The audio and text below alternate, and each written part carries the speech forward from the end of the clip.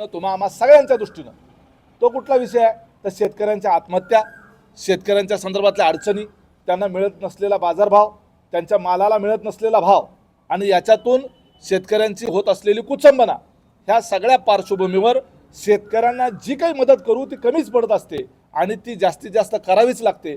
अर्थव्यवस्थाच आपली शेतीवर अवलंबून आहे।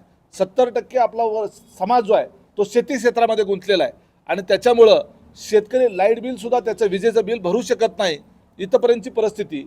राज्यभरामध्ये 90,000 कोटी रुपयाची वीज बिलाची थकबाकी असताना त्यातली 40 ते 45 हजार कोटी रुपये फक्त शेतकऱ्यांच्या शेती पंपाची वीज बिल थकलेले असताना अजितदादांनी या अर्थसंकल्पामध्ये अत्यंत महत्त्वपूर्ण घोषणा केली, ती म्हणजे शेतकऱ्यांचं सगळं वीज बिल जे आहे ते माफ केलेलं आहे, 100% माफ केलेलं आहे। अजूनपर्यंत ती लाडली बहीणच सगळीकडे पोहोचली, परंतु शेतकऱ्याची कर्जमाफी, शेतकऱ्याची वीज बिल माफी, त्यामुळे शेतकरी सन्मान योजना जी आहे ती शेतकऱ्यांपर्यंत व्यवस्थितरित्या पोहोचणं गरजेचं आहे। आणि याच्याबरोबरच या पुढच्या काळामध्ये सगळ्या शेतकऱ्यांना 7.5 HP पर्यंतचा जो पंप आहे, 7.5 HP पर्यंतच्या पंपाला या पुढच्या काळामध्ये 3.5 HP असतात, 5 HP असतात, लाईट बिल नाही, म्हणजे वीज बिल माफी।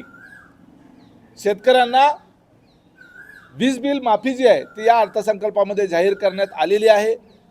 कांद्याच्या संदर्भामध्ये सातत्यानं, धान उत्पादकाच्या संदर्भात सातत्यानं भाव कमी जास्त होतात, पडतात, कधी महाग होतो, कांदा महाग झाला की कांदा विकत घेणारा वर्ग नाराज होतो आणि मग निर्यात बंदी झाली की शेतकरी वर्ग नाराज होतो।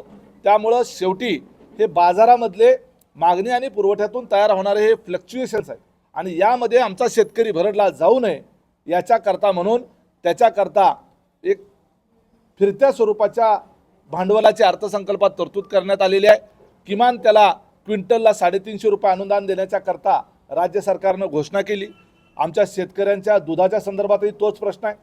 दुधाचा भाव हा सातत्यानं कधी कमी होतो, कधी जास्त होतो आणि आपण पाहतो की शहरामध्ये आपल्याला 1 लिटर दूध 60 रुपये 70 रुपये असं मिळतं आणि शेतकऱ्याला मात्र 18 रुपये 20 रुपये 25 रुपये असा भाव मिळतो आणि म्हणून करता शेतकऱ्याला किमान लिटरला 30 रुपये भाव अनिवार्य करण्यात आलेला आहे आणि त्याच्यावर 5 रुपये जे आहे ते सरकारच्या वतीनं अनुदान दिलं जाणार आहे। त्याच्यामध्ये फॅट वगैरे ह्या सगळ्या डिटेलमध्ये मी जाणार नाही, परंतु त्या शेतकऱ्याच्या दुधाला किमान आधारभूत किंमत मिळेल आणि वर त्याला राज्य सरकारकडनं 5 रुपयाचं अनुदान मिळेल अशी व्यवस्था या अर्थसंकल्पाच्या निमित्तानं करण्यात आलेली आहे। अनेक वेगवेगळ्या घोषणा या अर्थसंकल्पात आहेत।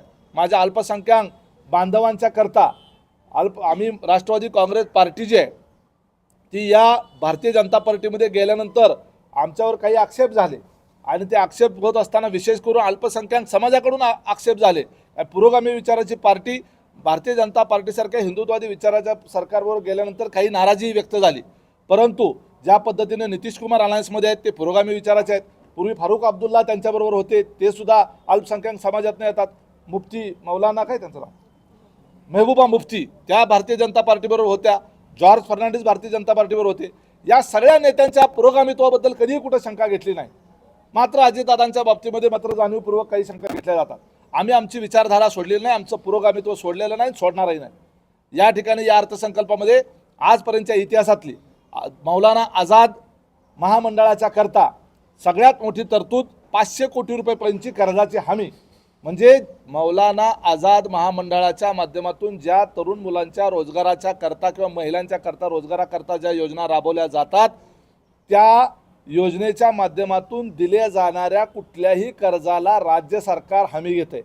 त्यामुळं बँकेला त्याच्याकरता कुठंही जामीनदार आण, अजून अनेक कागदपत्र आण, सरकारी नोकरदारच जामीनदार पाहिजे अशा पद्धतीची अट आता राहणार नाही।